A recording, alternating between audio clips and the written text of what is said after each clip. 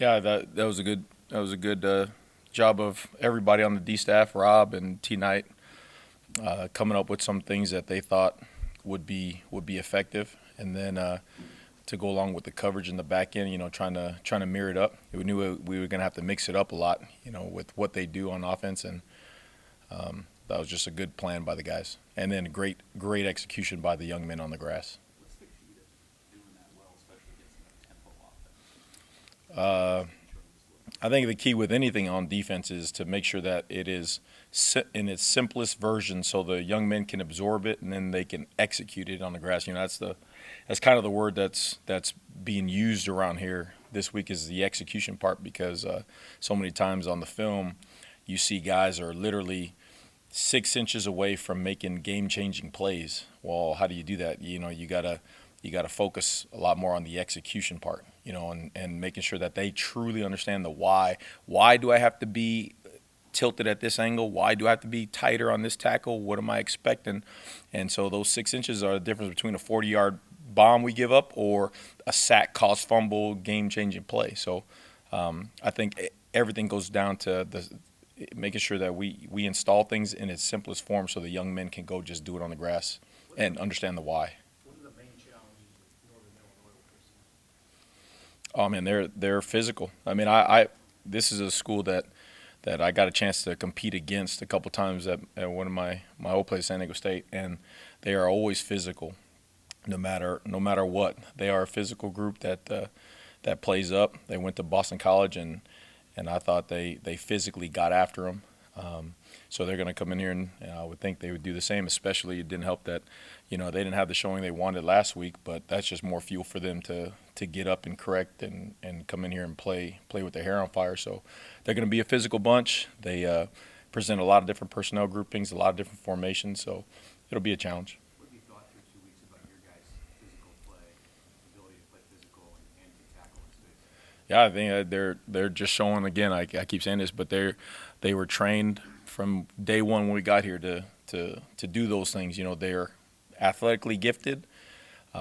They, through the course of the time being here with Coach Campbell and Kristen and everybody, in terms of getting themselves into shape and being able to be their strongest, most explosive version of themselves, and then coming back here and then again installing defenses where they feel like they can just go play the football game, and then going out there and doing it. So I thought that it can always get better.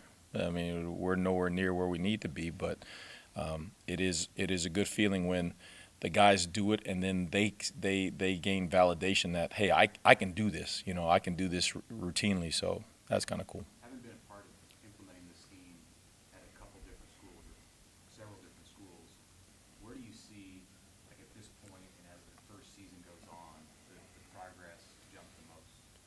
I mean, I would think that part of it. I mean, we came in with the, creating a defense here that, I mean, again, I say the same things, but it's really true. You got so many great minds. I mean, the stuff that they did at Carolina and Baylor was awesome. I mean, some of the best defenses in the country. Then they take it to the NFL, some of the best defenses in the NFL, mixed with the things that I got a chance to learn from Coach Long and all that and develop. And so that's why, you keep coming back to this defense here that's like a mesh of it all. I think it's something totally different, something totally new. And again, it's a good feeling that we're all able to come out with ideas that the young men can absorb and go out there and play fast, represent the black shirts the way they're supposed to be represented. When did you first kind of take notice of Makai Bayer? Was it in the spring? Was it fall camp? When did you kind of come on? No, he did some really good things in the spring. You can see his versatility. You can see it early that he can play all three spots. He was just a guy who kind of did everything right. And to his credit, he just keeps getting better. He just keeps growing. And that's the process kicking in. He is leaned up. He is stronger. He's more explosive than he's ever been. And then he comes in here, and then just like I said, slowly just making plays here and there where you're like, okay, let's see, and then when he got up the credit on the special teams, when you watched him on special teams against Minnesota, and the things he was putting on the grass, and you're like, hey, Coach Rule was like, hey, this guy needs to play. And sure enough, throw him in there, and the guy balls out. So that's totally him. That's him believing in the process and then putting some activity behind it, doing the extra. He's always up here meeting extra. He meets special teams extra. And now he's playing ball, and he's having a great time doing it, being a great teammate, all that stuff. So it's really cool for him, cool to watch. Was there a specific light bulb moment that you saw for him, or has it genuinely been a gradual? No, it's been gradual because, like I said, you can see the flashes. He was making plays in spring ball, making plays in fall camp. The play that I think really showed like, okay, this dude belongs on the grass was he ran down on the kickoff against Minnesota, and Coach showed it on the whole team, and he must have taken on 2 or 3 blocks, and I mean he destroyed the blocks and made a solo tackle in space on kickoff, and I'm like that's impressive. People don't do that. You know what I mean? So he showed he was ready to play, and Coach was like, hey man, let's get this guy on the grass, and that's what he did. So really cool. What are the traits of a guy who can play all 3 linebacker positions? What tips you offer just a guy who can move around a little bit? Yeah, I mean he's strong. He's strong enough and physical enough on the line of scrimmage, and then when we do our blitzes, he's got a good timing and a good feel to slither his way through there on all those blitzes and stuff. And then the other aspect is coverage. You got to be able to cover whether it's man to man or whether in zone. And so like him being able to move around and stuff. Sometimes Coach Rob did a really nice job moving him around, and so that way you really get a chance to see all the different versatility he brought to the game. And so him doing that again, it's something that you wouldn't have said that when you first got here. You're looking back on tape and stuff, and you're like, there's no tape of this guy. What is he? What is he? And then, like I said, man, here we are some months later, and he's doing the things that someone who believes in the process and really, really lives the process. Now he's here making plays. You getting enough production from the jack position? Yeah, I mean that's a group. I mean that's MJ. That's I know we haven't had a chance to see Jamari go out there, Chief, and then Makai, and then some of the game, Javen's in there at the jack as well. So when we're in all 3 linebackers in there, he's technically in there like a jack. So. Again, that goes back to the versatility of the guys, and that goes back to Rob, teaching those guys and explaining it in a way which they can all absorb, and then those guys understand concepts, and then they're out there running around. So that's cool. Sometimes it's hard to tell, like you explained that a guy's playing this position, and we could watch the game and watch it again, and may not know that he was playing that position. Mm-hmm. Is that kind of the point? Like you want your opponents to kind of feel the same way, like when you line up, they may not know who's at what position. Yeah, I mean that's any advantage we can get. We want to take advantage of. I mean, it's like the D line. Again, T Knight rotates those guys consistently in there. So sometimes you got Ty as a D tackle. Sometimes he's the nose guard. Sometimes he's out there as the end. And then Nash sometimes is the 3 tech. You know what I mean? So like, it always goes back to the players. And what those guys can do and do effectively. You know what I mean? And so those guys learning all those positions in there, like that's big time ball stuff. That's a testament to them and how much they care, because that's hard to do. First year, all 3 spots in there for as many as 8, 9 different fronts we give guys and blitzes and stuff. For those guys to learn that and to learn what all 3, that goes back to T Knight and the way he's teaching those guys and the bond he has, and then those guys putting in the legwork to learn it and then do it on the grass. Is it complex when you're playing a tempo team to be able to get those signals in to let guys know not just what the play is, but where they have to line up and how much room have a lot of margin for error there? I mean, the guys have to line up at the right spot. No, it goes back to just teaching. You give when you go tempo, right? You don't have all day to signal. So really, what you do is you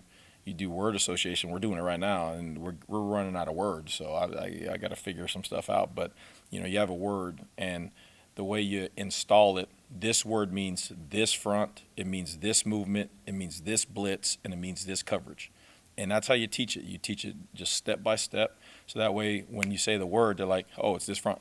Oh, it's this blitz. Oh, it's this coverage right away. You know what I mean? So, again, the guys being able to teach it and the guys being able to absorb it, that's all the credit goes to them. What's the